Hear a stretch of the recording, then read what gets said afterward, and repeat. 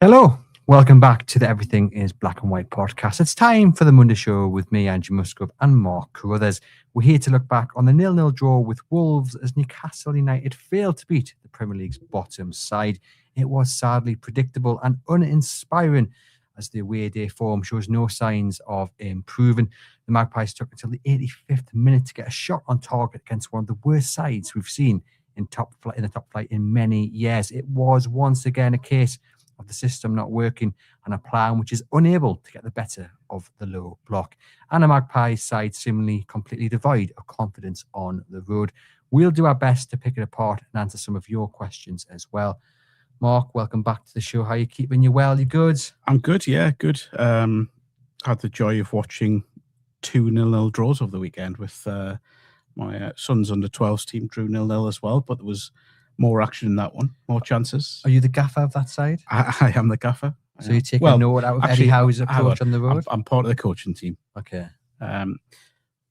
We are, looking to unlock creativity at the top end of the pitch, shall we say. But pitch was terrible, I will say that. But they kept going right at the end. Had two chances hit the post later on. So, good. But it was more dramatic than what I witnessed on Sunday afternoon, put it that way. I raced home from the garden centre to make sure that I was there in time to watch this game kick off. I wish I just stayed and looked at some wonderful flowers to put my garden in a couple of months' time, to be honest. Sounds good to me. A really disappointing afternoon in the Midlands.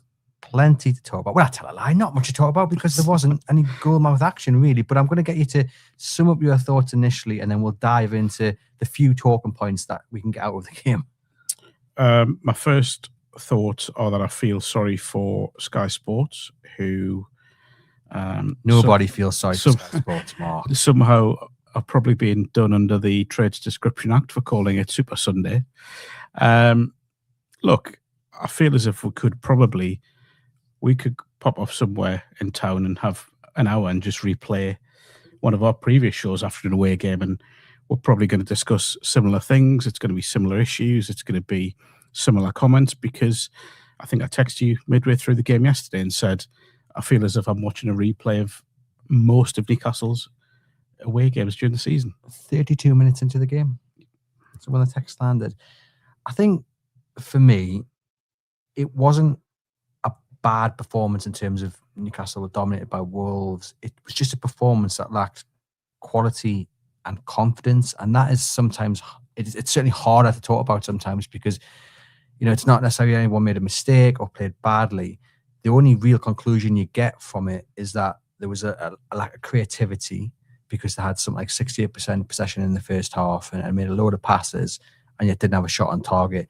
And they just lack confidence on the road. And I agree with you. We've said that countless other times this season, but it's often come alongside where a team has scored and it's been a mistake from, the midfield, my old bugbear of not following your man, etc., etc. But here, actually, defensively, they were okay. They had control of the game in terms of possession. It's then looking forward where the real issue is. And I'll be honest, if it's not going to come in the transfer market, as Eddie Howe has alluded to, and we'll get into that in a moment, I don't know what the solution is at all. Newcastle all season have struggled against sides in a low block, and that's what Wolves did. They played their low block. They denied Newcastle space, not necessarily time. Newcastle had plenty of time on the ball, but there was just no space. So when that happens, you've got to have someone with a little bit of imagination to do something a little bit different. Now, this season, 99.9% of the time, I would say that is Bruno. But yesterday, he couldn't quite find that. Now, it's pretty damning that we're looking at one player out of 11, well, 10, because it would take a lot for Nick Pope to do it. But we're looking for one player out of 10 outfield players to make that, produce that little bit of magic, that little bit of something different. Now, I actually didn't think the wingers played too badly yesterday. They put some good balls in the box.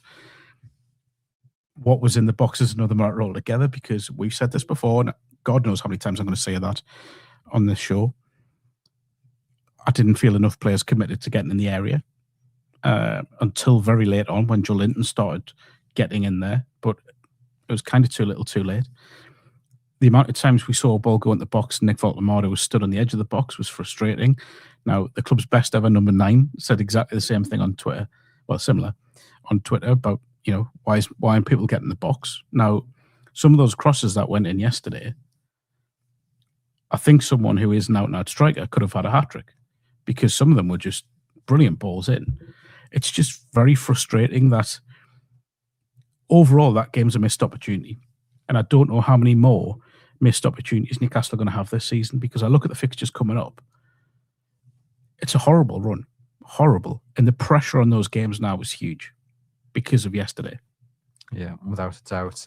Voldemort, I'll offer a little bit of defence to him. I thought he was much higher up the pitch than we've seen for a long, long time. His average position on the average position map is much further up than we've come to expect from him. The two headers that he had in the first half, obviously the first one, he doesn't get any contact on it. It's half a chance. Should he do better? Some would argue so. Some would argue, he did everything he could do. Second one, again, it's a difficult header. He does make good contact with it. He does get towards goal. But again, it's not a simple point-blank header. So I'm not going to jump on his back too much. I thought he offered a little bit more than he has done in recent weeks. But the big issue with Nick Voldemort, this was my fear. My fear was that when he goes on a run where he doesn't score goals, and now I think he has it's 3 goals in the last 19 games for Newcastle United. That is a dry spell, to say the least. His confidence would just kind of fall through the floor, and I think we're starting to see that. He doesn't look too comfortable. He doesn't look too happy. We can talk about systems and who he's playing with, etc. But the man himself, he looks devoid of confidence as well as just the general team. Yeah, and that was probably shown by his first chance. The fact that you are right, it's not the easiest header, but I do think at very least he should be making Jose Sarr make a save. It should be on target. He's not marked. It's a good ball in. At very least hit the target, but there felt like a lack of conviction, and that could have its roots in what you're saying, maybe a slight dip in confidence. There is still a player in there. I'm still yet to be convinced he's a number 9 or regular goal scorer. I just think when he initially came to the club, it was just something a little bit different that maybe Premier League defences weren't quite used to. But this is where Newcastle need Johan Wissa to hit the ground run. Well, say hit the ground running. He's already been in the club for a few months now, but they need him to find form quickly. It didn't quite happen for him yesterday when he came on. But he did. I thought Newcastle looked a bit more comfortable. They did look to get him in behind. He looked to make those runs. There was one when I think he might have been given offside in the end, but it looked as if he was going to get him behind, but he just didn't have that burst to get away from the defence. But, hopefully I think he'll be the one that can get the goals between now and the end of the season. Well, we're going to talk a bit more about Newcastle United's attacking issues up top and the potential solutions later on in the show. I want to rewind it right back to the starting 11. No Lewis Smiley, which was perhaps the biggest shock of that team sheet. I think everyone else you kind of expected it to be. Thoughts when you saw that team news drop and he wasn't in? I mean, we don't know why he wasn't in. We have to, probably assume it was down to a bit of fatigue and tiredness. He's played a lot of games. But I mean, if it was done on footballing decisions, then I think a lot of people would argue it was probably the wrong one. I think maybe just a little bit of rotation. Maybe it says that he will start against PSV on Wednesday night. Whether that's at right back or in midfield, I think is an option. I'd probably say I wouldn't be totally against him playing in midfield on Wednesday, just to give a bit more control in there. Because although Newcastle had a lot of the ball on Sunday, I think it would be a stretch to say they completely controlled the game. I always felt as if Wolves, because they were playing this low block, Wolves then, I thought at times they looked dangerous on the break. In Newcastle's midfield, again, not for the first time we've said this, got bypassed at times. I think there's different definitions of control. I think what I meant with control is that obviously they had the majority of possession, and that's where you're looking for a team to make the most of that going forward. I agree. Anytime Wolves picked up the ball from Newcastle and managed to dart forward, you were kind of watching behind your hands, because it's just the same old complaint, isn't it? Newcastle United, when they do get caught on the counter, they struggle. They really, really do struggle. They're a total different force going forward to what they are going back, and unfortunately, we didn't see the how good they are going forward on Sunday. I mean, and Sandro Tonali obviously in the midfield. And I know, Mark, you come on pretty much every week and you say something along the lines of, like, you know, class is always going to be there, form is temporary, but this is a long blip for Sandro Tonali. And again, he looked off the pace. Look, across the board, I don't think you can question the effort of the players on Sunday. I think the effort was there. It was just a lack of creativity, the lack of ideas. And you're looking towards someone like Sandro Tonali to unlock the key, because you mentioned Bruno, and every week we come on and we say Bruno's been brilliant, best season so far for Newcastle United. Well, that's my opinion anyway. But it's unfair to pin that all on Bruno. He needs others around him to step up. So when he has a bad game, what we want to see is, or when he has an off day, we want others to take the reins and really drive Newcastle United forward. That's not happening. It's certainly not happening with Sandro Tonali. And is there a question mark that Eddie Howe has really hit a patch of bad luck, because he hasn't just got one man out of form, i.e. Sandro Tonali. He's got Anthony Gordon out of form. He's £55 million winger in Anthony Elanga hasn't even hit form, so he can't be out of form because he hasn't found the form in the first place. Wissa, Valdemare. You know, often you'll have maybe one or two players that aren't really doing it. The next week they'll be on it. It'll be someone, you know. Eddie Howe is dealing with 5 or 6 players who are totally nowhere near the best right now. Yeah, and it's down to him to work out how to get him back to the best. Now, in Eddie Howe's time at Newcastle, we've consistently said that he's improved players and that he's got them out of slumps of form. You know, we could go through them. Players that have hit poor runs of form and then have been dragged out of it or coaxed out of it. At the moment, you're right, there is too many players underperforming, but I don't think that's a new thing. I don't feel as if, or certainly on rare occasions this season, Newcastle have had 8-9 players all hitting form at the same time, and that's kind of shown in the inconsistent performances. You know, I think if you look at maybe performances where Newcastle have achieved what we thought they would achieve this season, they are few and far between. I'd probably say, 5-6 times this season where you come away from a game thinking played really well there. And that's a concern. So it's down to Eddie Howe and Jason Tindall and the rest of the coaching team to unlock what we know is in there, because so far this season I don't feel on a consistent basis of being able to do so. There's responsibility on the players as well, by the way.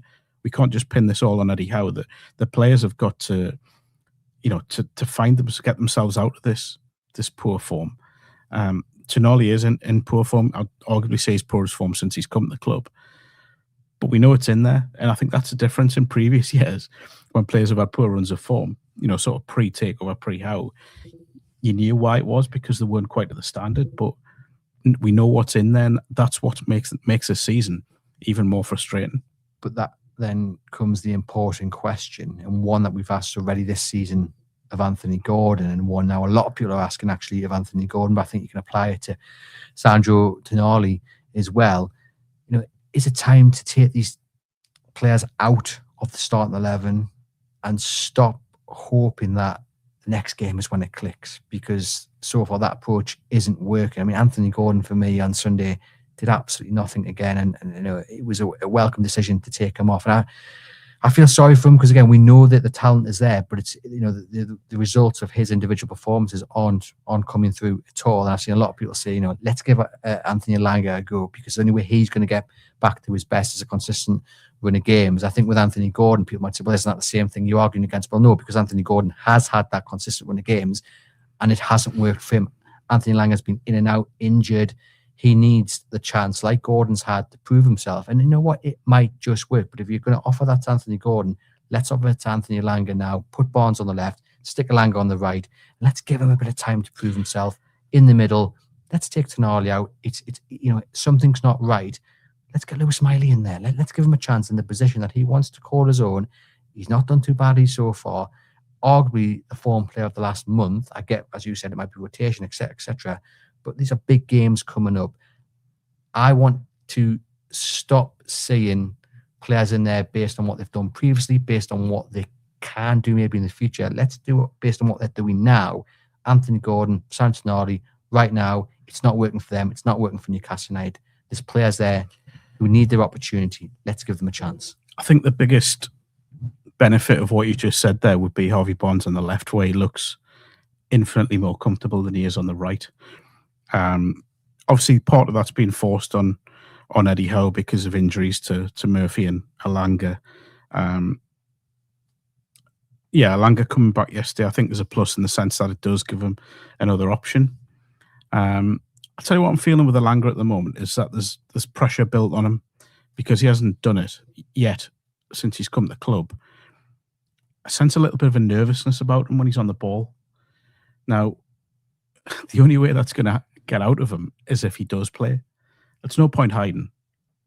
Might as well not be at the club if and I'm not saying he is hiding, but there's no point keeping him on the bench and just waiting for something to happen in brief cameos. You've kind of got to either persist with him or look at alternative options. Now, I do think if it's a straight shootout on the left between Barnes and Gordon, there's only one option at the moment, and that is absolutely Harvey Barnes, who's been, along with Miley, Newcastle's best player in the last sort of 5-6 weeks. So I'd like to see on Wednesday, Barnes, like you say, given a chance on the left, give Gordon a rest or whatever you want to term it, rotate, and let's see Alanga. Go and give him a go in Europe and go and see how he does, and maybe something can build from that. But for me, the Barnes on the left thing is the first decision that he should make ahead of Wednesday. And I'd argue going forwards as well, because Gordon, yes, did I say it's past a year now since he scored a non-penalty goal, which is a goal from open play, which is disappointing for a winger who in previous seasons has been very, very good in front of goal. So I think maybe, there is just the right time to make that decision. Stephen, watching live on YouTube, says Barnes must start on the left. If Anthony Gordon won't play on the right, then he needs to be dropped. Give him a fright, make him think that his World Cup place is at risk. I agree with that comment entirely. We mentioned there, in my view, the control that Newcastle had in that first half. 68% possession, 375 passes, but no shots on target. And this is the stat which I don't think it's a surprise to many people, although it is quite a scary one to read out. Newcastle United's pass completion rate in the first half against Wolves was 94%. It was the highest by any team in a half of football in the Premier League without recording a shot on target since records began in 2003-2004. Because there were too many safe passes. There was too many sideways passes. There was too many backwards passes. Now, part of that is retaining possession, obviously, because you have to, and I mentioned about the low block that Wolves were playing, but I don't feel as if it ever felt as if Newcastle were going to open them up. Someone was going to try something a bit different. The first thing was to get it wide and try and get a cross in, but when they did, as I say, there was no one in the box, so it's not, I don't think that'll be a surprise to anyone. I think the other stat is the fact that they took until 84, 85 minutes to have a shot on target. That's pretty damning against a side that, as you said at the start, is going to go down as one of the worst in Premier League history. I think the issue with that stat about the passes and the lack of creativity, it's all in stages, isn't it? You know, you've got a midfield which at the moment seems a little bit lacking on confidence, so they don't want to take that risk. But also, what you know is, and it's been clear in pretty much every game since I can remember now this season, you're looking at the likes of Bruno getting very, very frustrated. He's pointing in certain directions where he wants players to go, and other players aren't seeing that first time. So by the time they do run in that gap, the space is closed, or they're just not doing it. And so you can see the frustration as well as a lack of confidence in midfield. But it's a lack of confidence, I think, of what's going on ahead. You know, they're looking up, they want to make that pass. You can see Bruno's looking to unlock it, but who is he aiming for? You know, people are not making the right runs, and as you say, then that leaves you to just go backwards or go sideways because it's safe, you retain possession. But you know, unless you retain possession with an end product of actually getting a shot on target, then it's pointless, isn't it? And if you look at the position map, I think there was 17 crosses from Newcastle in that game. I think from the top of my head, 5 were accurate, but actually they were very, very narrow. If you look at the average possession map, everyone was kind of in the middle. Wolves were as well. It was a game that was played through the middle, but the wingers weren't offering as much as I think Voldemort needs. And then, as you've argued, Voldemort is not always in the box. So it's a mess, to put it one way, on the pitch, because I think there's just a lot of confidence running throughout the side, a lot of creativity, and at every stage, at every position, that's having a knock-on effect, and that's why Newcastle ultimately left Molineux with just a point. I will give Wolves a little bit of credit. I thought they defended really well and were organised, certainly more organised than I have seen them earlier in the season. But I also felt it was made quite easy for them, because of that lack of movement, because of that lack of creativity or risk-taking in the final third from Newcastle. As I said earlier, I didn't really see until the last 10 minutes any Newcastle player, apart from a forward, so a Joelinton, a Bruno, a Tonali, anyone, really trying to get in the area and make something happen or force an error. I thought Newcastle looked lethargic at times, and I think that kind of lent into becoming a bit predictable and safe. Bit static, wasn't it? Yeah, that's it exactly, and it just needed something just a little bit different. But the problem then is, and I know this will go into a wider discussion, I'm not sure where that comes from within the squad other than out wide, because that's where the options are. Because you look in midfield, I thought it was notable that, Jacob Ramsey didn't come on yesterday, or Willock. Now, there's a bit of talk this morning, isn't there, about Willock will possibly leave over the next 2 weeks. But the fact Ramsey wasn't brought on for something just a little bit different in midfield, maybe he comes on for Joelinton. Especially given that Ramsey in recent weeks has started to look like the player that Newcastle thought they'd spent all that money on. And again, we don't know the ins and outs. Maybe it is rotation, maybe it is fatigue. But something has to change in terms of the way Newcastle United play. And we're going to get onto that in a moment, because that is kind of the bigger point to the show. We've got Graham saying retaining possession, yes, but your strikers need to show. Also adds that Barnes has earned a start, and others may need a kick up the backside. As you said there, Mark, it was all just a bit static, a little bit meh. You struggled to pick out a positive, but you mentioned there that you felt Wolves defended well, and I agree they did, but I think that's one of the biggest issues of Newcastle United this season. This falls on absolutely everybody, is that teams know what to do. I had the Dave from the Talking Wolves podcast on before the game, and he said, I'm not really sure what Rob Edwards will do. He might go for it, he might not. And I was like, just sit back, apply the low block, and Newcastle United will struggle to break you down. And that's the same for any team that faces Newcastle United. Just sit back and absorb the pressure, because most times Newcastle won't manage to get the better of you. But when you play teams like this, when they're sat at the bottom of the league and they're struggling, they are going to go down. I think it's pretty safe to say. You play on every little negativity, every little bit of negativity, every nerve that they've got, every bit of anxiety that they've got. You go and put them under pressure. I know they've improved recently, but they're still not really picking up wins. Is it one win in 20? I think it is 21 this season from them. When they're on the ball, go and force an error, because if it happens, it spreads throughout not just on the pitch, it spreads throughout the stadium. Now, I felt yesterday, on and off the pitch, Wolves just felt comfortable. And that's quite damning of Newcastle.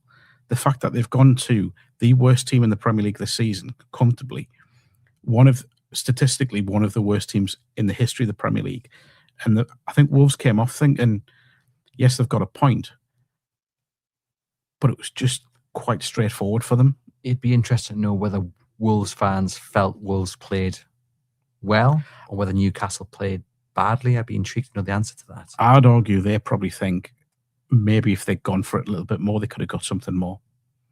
And again, that's quite damning. So I think there is. I know what Eddie said after the game about that.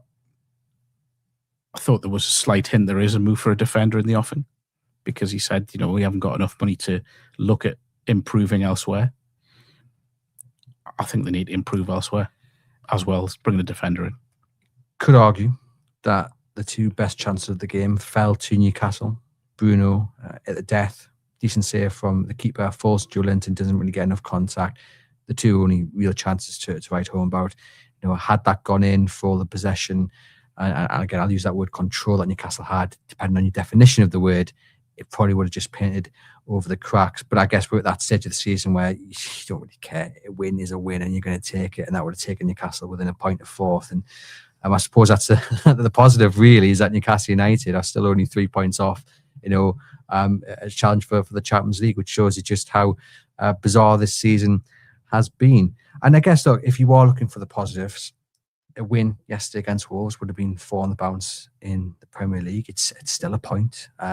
Some might argue that the form has turned, that it was just one of those days. Do you subscribe to that? It's hard to get away from the fact it's a missed opportunity, though.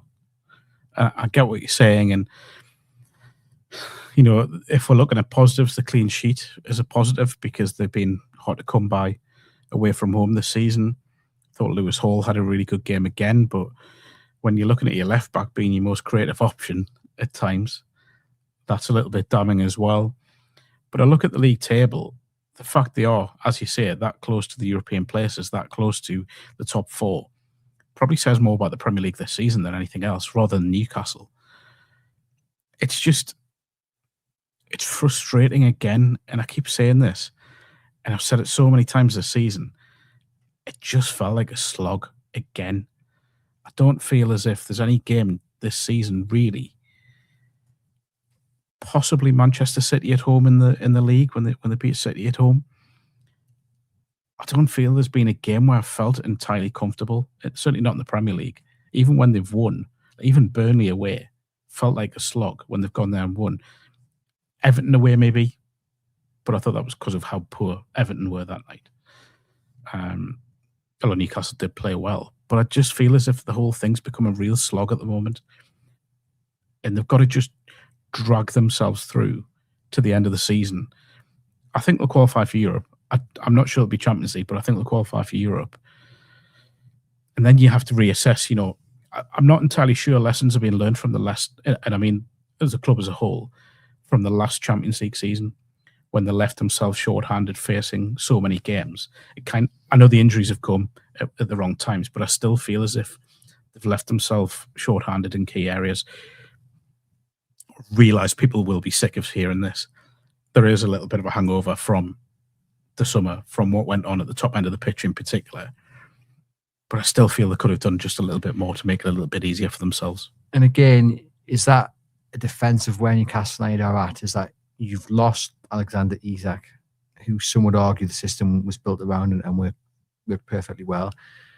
You've replaced him with 2 strikers, one a young man coming from a different country who you wouldn't want to have thrown in straight away, but you did started it really well, and now has gone off the boil a little bit. Your other man, your number 9, injured. He's not had a pre-season. He's been dropped back into a busy schedule. Not having a pre-season is clearly impacting him. Is that the defence that actually, when you lose a player like Alexander Isak, it's not always going to happen straight away where you find that new system, where you find that replacement. And also at the same time, Eddie Howe's spoken about how he wants to transition to this team with more control. And again, we've seen opportunities like Sunday where they've had plenty of the ball. Clearly, they're not at that stage yet. Are we at a stage where there's such a big change happening on the pitch with Newcastle United? I mean, even if you were just changing the system anyway, let alone losing your best striker, it's difficult. But when you hit with that second hammer blow, there's got to be a little leeway given to Eddie Howe and the players and the club, because you've got 2 major issues there which impact how well things can go. My concern is that how many transitional seasons can you have when Newcastle are trying to establish themselves?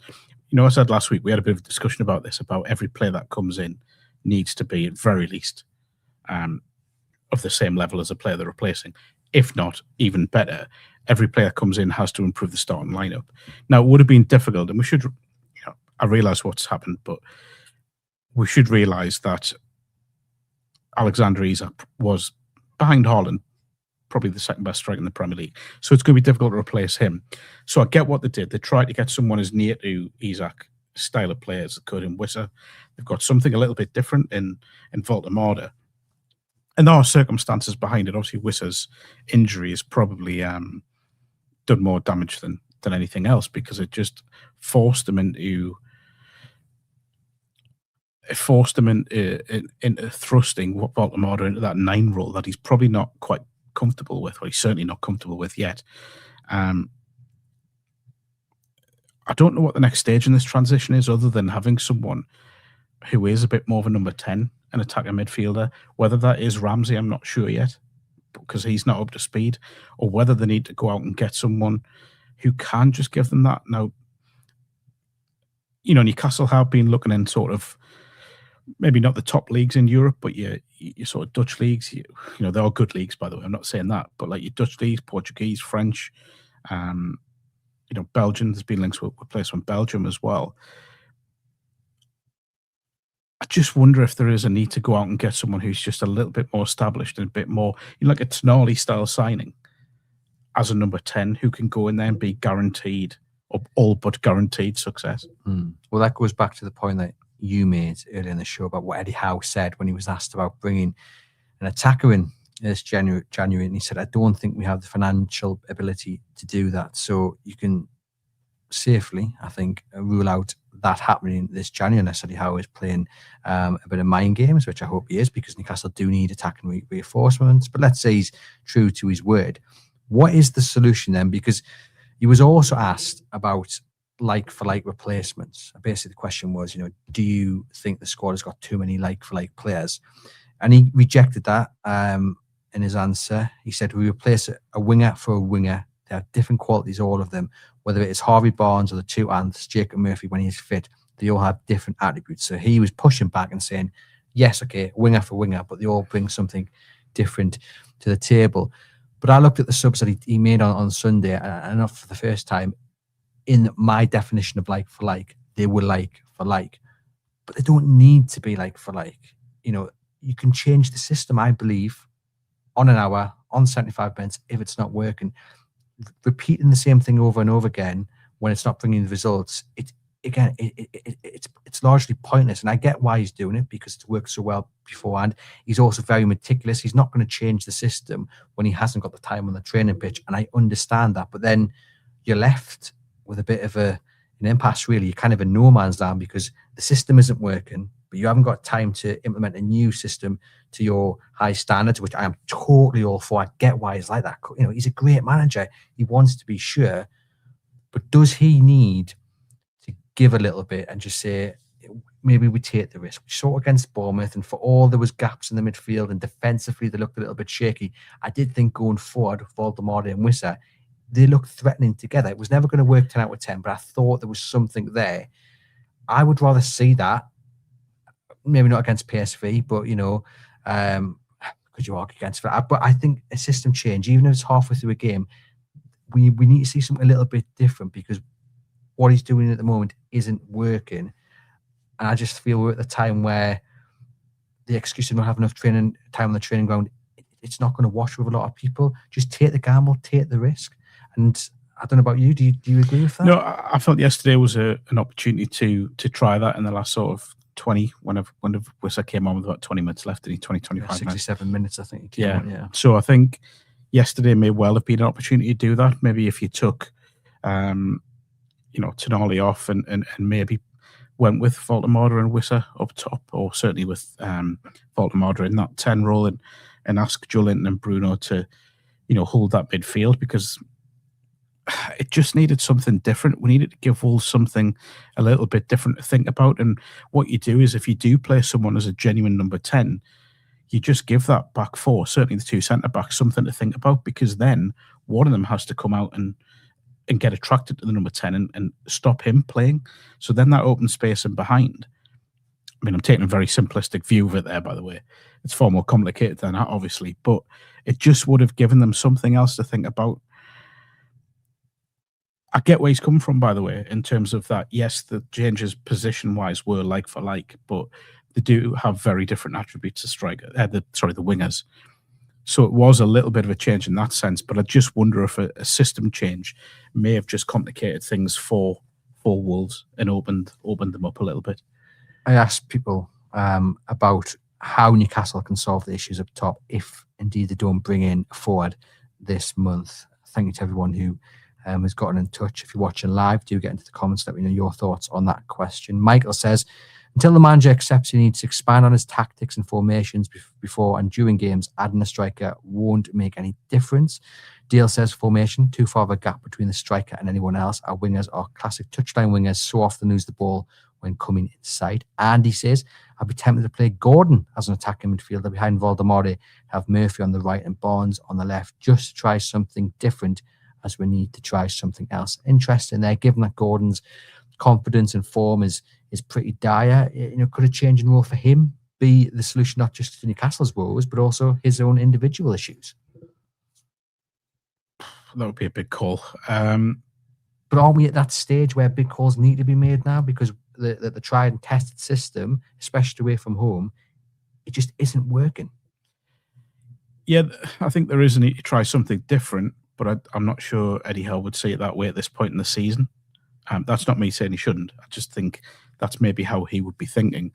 And I think if they were going to play someone in a central position, it would be eventually where Voldemort may play that role. But I'm not sure we're at that stage yet. I think given what he did in the last sort of 10 minutes yesterday, you could possibly ask Joe Linton to do that, to get further forward and support a bit, because he didn't yesterday until the last 10 minutes, which was a bit disappointing. Because when he did, caused a little bit of chaos in the Wolves' defence, because all of a sudden they've got this. I mean, I actually thought he should have done better with the header when the cross came in from the right, by the way. I think if he goes at it fully, he at least forces a save from Saar, a proper save. And that was that before or after the one when Bruno's had the shot and it's popped up. So yeah, there is a need for something different. I just can't help but shake the feeling that it should be something coming externally, as in a new signing. Now, I'm not saying that'll come this month because I don't think it will, but certainly in the summer. I mean, the list of priorities for the summer is starting to stack up, by the way, because we've spoken about goalkeepers. There may be a need for a defender. There's going to be a need for a right back. We're saying now something different midfield. There's a lot of work to do in the summer, and there could be more given players could leave. But we're here in January. Oh, no, I know. So if Newcastle don't bring an attacker in this month, which is looking unlikely, then what does he do? Because we can't say wait until the summer to go out and buy a forward, because it all depends on what happens between now and May, because the players you can end up signing if you're in the Champions League is a lot different to the ones you'll be able to sign in the Conference League. So we need to find a solution now. I don't think it's all on Eddie Howe either, by the way. I think you look at the end of that game and there was a cross into the box and Wissa stretches for it and he's nowhere near it, to be fair. But if you watch back the highlights, John Anderson makes an excellent point, and you've made it, and people in the comments are making it as well. Where's the gamble? Where are the other players other than Wissa? And Ando uses the term, no one's busting a gut to get into that. It's true. Not the first time he said it. It's not the first time we've said it. And that's where the players have got to take a little responsibility, because you could argue that, 5 out of 17 crosses went in the box, but they were decent crosses. So in a way, given the percentage of possession as well, you could argue that actually Eddie Howe's game plan worked perfectly. It was the end product that was missing. He can't run on the pitch. He can't track the players in the 6-yard box. The players have to help the manager out here by being in the right position, gambling, taking the chances that come in the way, giving the forwards more service. Eddie Howe is obviously doing as much as he can, and yes, you can say system change needed, he's too stubborn, etc. But there were chances in that game which the responsibility falls on the players. The point that we've made, and we tend to focus on the centre midfielders getting in, supporting the forwards, and busting a gut to get in the box, as he said. But I think there's also a little bit of frustration. So Newcastle, when they were really in the pomp under Howe, the amount of goals they scored where Murphy attacked the back post or Gordon attacked the back post and got tap-ins. The classic one I remember was it Manchester United home? Gordon scored where Murphy's got in right hand side, or Trippier's got in right hand side, and he's attacked the back post and got a tap in. When was the last time we saw that happen from a Newcastle winger? There's not too many times this season, and that's what it felt like to me yesterday. We put a lot of focus on players in the middle of the pitch, whether that's a striker or one of the midfielders or two of the midfielders. For balls coming in from the right, I would love to see Newcastle's left-sided winger attacking that back post or vice versa if the cross is coming from the left. There's not enough risk taking. There's not enough. Doesn't feel enough desire to get into the back post and really go in where it hurts and get those scrappy goals, because I firmly believe if they had really committed to attacking those crosses yesterday, we'd be having a very, very different conversation now. And just on Eddie Howe's words there about not having the financial ability to do that, to add a striker or forward to their ranks this January, I've described it as a transfer warning. I mean, is he? Do you think he's playing cute, or do you think he's we've got to take him on his word? Newcastle won't buy a forward this January. I think he's just working to limit expectations, just in case. I'm being cautious. I think a defender will come in. I think it'll be a versatile defender to try and cover up, a number of positions. I do think they do need another forward. I will say that. We tend to have a conversation about Sean Neve at this point, but I don't think he's quite ready yet to really be thrust into that role. But they do need something different. I don't think it'll come this month, and I know people won't like hearing that. But then the difference has to be a formation change, right?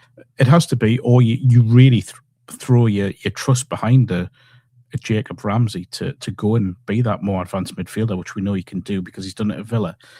You have to look at that. As I say, in the past, that's maybe been Willock again when Newcastle were at their best under Howe. But the issue with that, it goes back to the forward line. If Eddie Howe was choosing Voldemort to start up top, it doesn't really matter who you've got in that midfield three. The issue is that Voldemort is, either too deep, or when he is in the positions, he's not confident enough to get the ball. There's not enough service.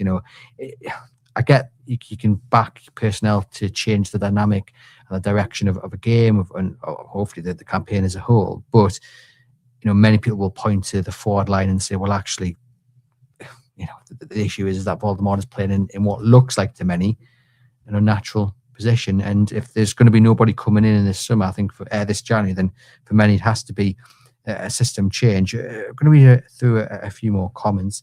Adam says, I think we stick with a 4-3-3 and put our most efficient winger on the wrong side to suit a bloke who hasn't scored in an open play league goal in over a year. Malma says, use the academy if we can't sign any players in January because our squad is depleted now. Alex says, buy better technical footballers.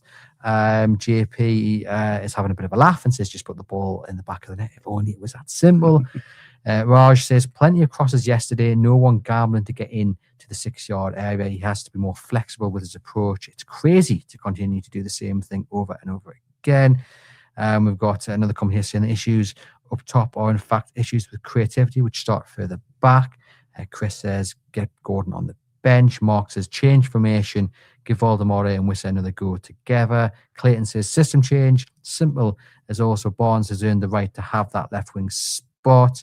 Got David saying, could you use Barnes as a false 9? And Craig says, if we can't change the system, play Voldemort in his proper position as a number 10. But I don't think Howe trusts the players. Craig says, I don't trust the players around him to deliver, bar Barnes and Murphy on occasion. The rest, like Gordon and Alanga, are atrocious in attitude and ability, respectively. I don't agree with that last point. But no, I was going to say, I think it's slightly harsh to question attitudes of players. I didn't think there was an attitude problem yesterday in terms of their willingness or desire to win the game as such, or try and do something. It was just a number of, I've said this so many times this season, poor decision making in key moments of the game and not taking those risks. And again, I'm sorry, I'm repeating myself, not being willing to get in the box and really make something happen. Does that come down to a lot of confidence? It could do, yeah, particularly away from home. I think at home we tend to see it, don't we? But I don't know if they're maybe overthinking it away from home now, or if it just is down to the fact that 99% of the time when they play away from home, teams are sitting back. And I've used this many times, if Newcastle United do want to be an elite club, this will happen more and more where they go away. It'll happen when they go to the clubs they're competing with, where they will try and limit Newcastle's impact. And that's a real concern over the long term, not just the short term.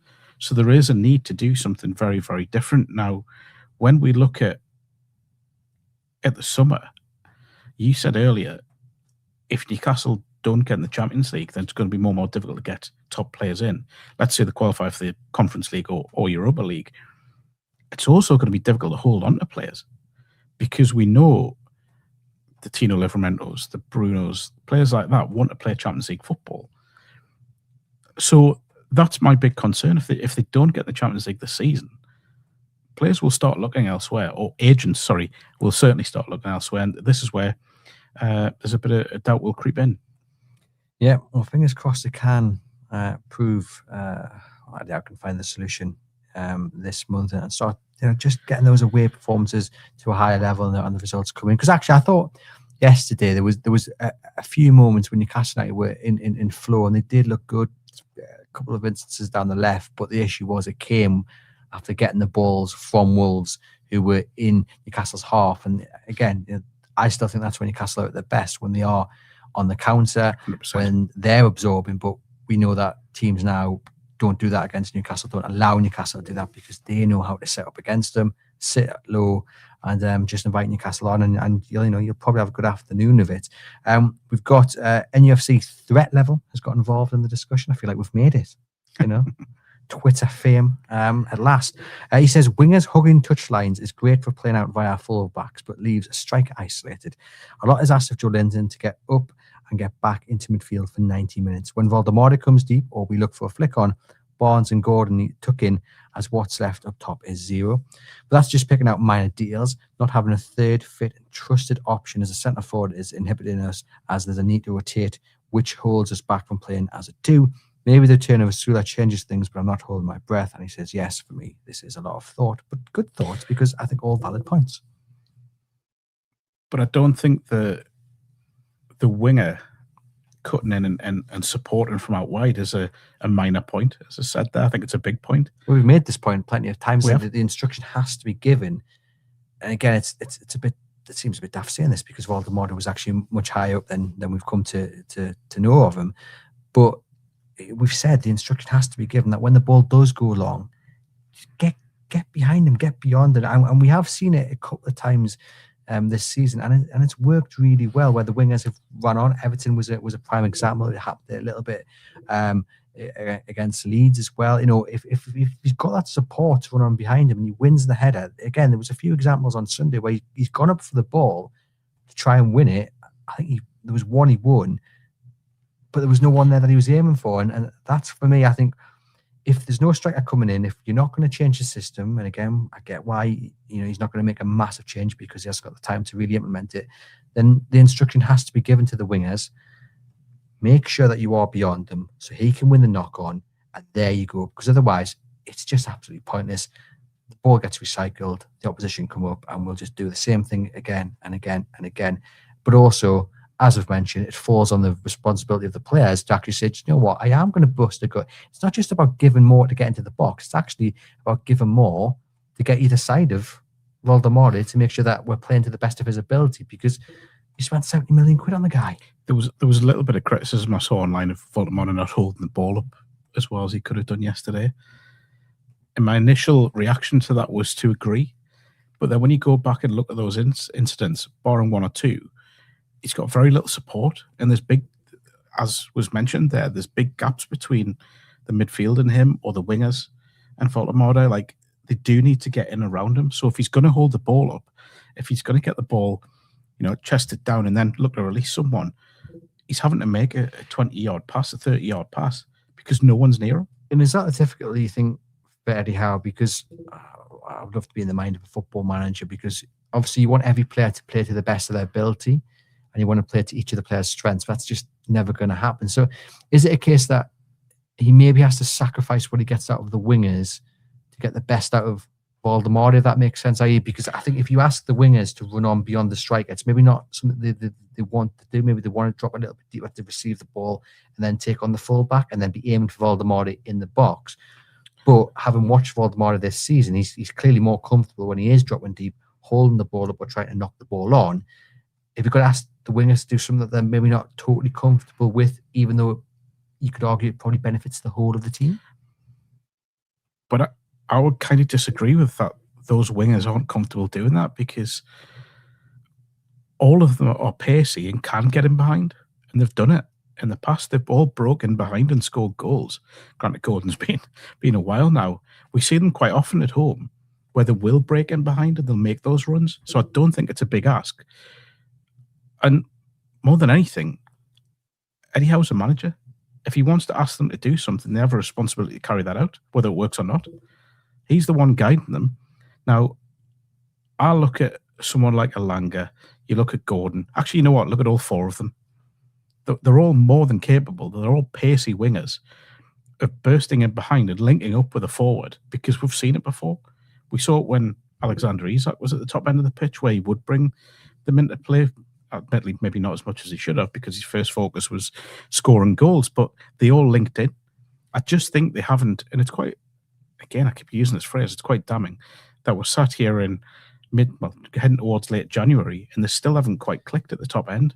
I know it's because there's been a big change, 100% get that. But there has to be some signs of some sort of connection forming, and at the moment we aren't seeing that. I also would argue that maybe the issue with the fullbacks, that's not helped because you clearly haven't got the relationship between the fullback and the winger like you did with Trippier and Almiron, for example, and with injuries and stuff, we're probably not going to see a consistent run of games to allow that to build up. So that has impacted it, but I'd just like to see the wingers get a little bit closer to Voldemort, and then he can knock on and they can run off. I mean, look, I asked Mark the question there to our listeners about what the solution is if Newcastle aren't going to buy the forward. What's the solution? Well, you see there, you've kind of almost answered it by saying if the wingers, so you're right about the fullbacks. How many times the last 2-3 years when Newcastle have been at the best stuff, we've seen Lewis Hall getting forward, Tino Livramento getting forward, Trippier getting forward. I look at it now. If your wingers do what you've just said and start coming inside, which they do anyway, let's be honest, they both or all of them look to cut inside. It opens up a lot of space for your fullbacks to really commit. I just felt yesterday during the first half there were spells when Trippier got forward quite well, and there were. I didn't feel Newcastle moved the ball well enough or quick enough to give him time to get across in. There was a couple of times when he was free on the right-hand side and the ball's come across from the left and it's kind of gradually worked its way over instead of just a quicker pass. So I feel that there is a need for a little bit more directness in their attack and play, because when, I know Trippier's getting on now, but he still gets forward very well. And he gets those crosses in and he gets himself into positions. Left-hand side, we know Hall can do it. So maybe there is a need just to create a bit more space out wide. But it's a vicious circle, isn't it? Of course if Trippier has gone all that way up there and he puts the ball in the box and it gets cleared, and we saw it against Bournemouth in the cup. But this is risk-taking. Oh, no, I 100% agree. And it's backing your forwards and your midfield taking the gamble to get in the box and make sure if Trippier does get up there, the ball's in the back of the net. And it's also a need for the midfielders then to take responsibility. If it does get cleared, you do your job and get back. All we're asking is for people to do their jobs here. It's not, reinventing the wheel or anything like that. It's kind of a little bit of basics, but I do think there's a need. The one thing I watched yesterday, you spoke about how many passes Newcastle made. I'd argue you could have took about 50 off that if it was just a little bit more direct. I know it's a big shot to make, but someone like a Fabian Schär, you look at him with those crossfield passes, we're missing that at the moment because I don't feel at the moment, Botman and Chow are quite as capable, which is no slight on them because Fabian Schär's distribution is unbelievable.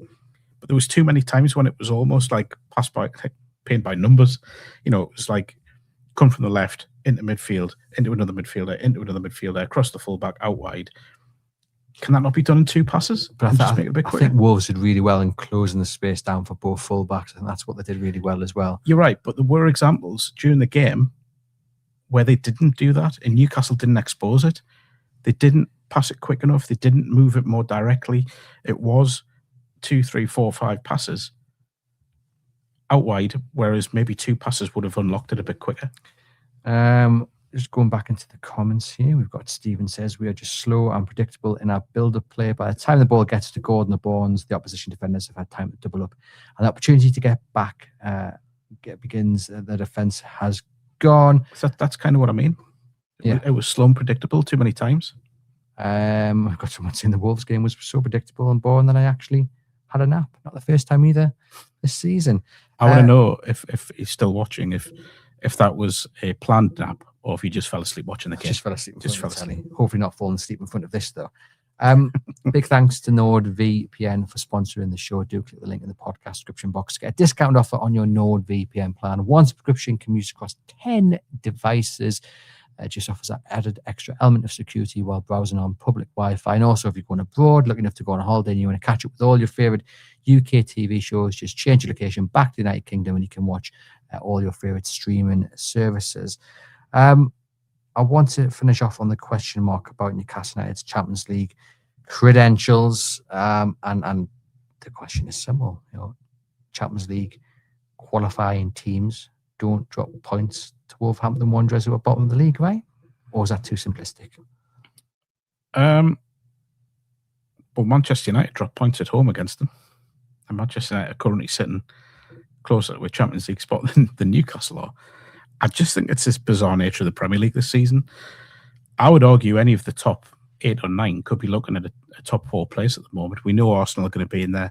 I think Villa are pretty secure despite yesterday. Manchester City, despite their defeat on Saturday against Manchester United, I think they'll be in there. So it leaves at least 1, possibly 2 more places. We don't know how the coefficients are going to work yet. What I will say, going back to the missed opportunity thing, think of those results I just mentioned. Barring Man United, City lose, Villa lose, Arsenal are out of sight. You're not going to catch them, but they drop points. It just heightens my feeling that yesterday was one of the biggest missed opportunities of the season. And I said it right at the start. I don't know how many more opportunities Newcastle can miss this season if they do wish to get into that top 4 or 5. And it's just the away day blues, isn't it? That comes down to it. I mean, it is, but you can't just accept it. You can't just accept that all away from home. It's going to be poor. We're not going to win. We're going to labour to a draw or frustrating defeat. Just go out and do your jobs. Look, I mentioned earlier about being direct, and I don't want people thinking that's me saying get the ball to centre-backs and lump it forward, because that's not what I mean. I mean, the passing has to be more direct. It has to be, again, instead of 2 passes or 5 passes to get across the pitch to release someone into space, can you do it in 2? Because it was mechanical and clunky. That's what it was. Get that on a t-shirt, ladies and gents. Big thanks to you guys for watching and listening. Do it, subscribe, do it, thumbs up on YouTube. Do leave us a rating and review on the podcast only channel. Mark will be back tomorrow morning, Tuesday, to look ahead to the game with PSV in the Champions League. He's going to be speaking to a Dutch footballing expert to get the insight into PSV. So do watch out for that. And we'll, of course, have the match preview with John Gibson as well before we then look ahead to Aston Villa on Sunday. As always, thanks for joining us, and we'll catch you guys later in the week.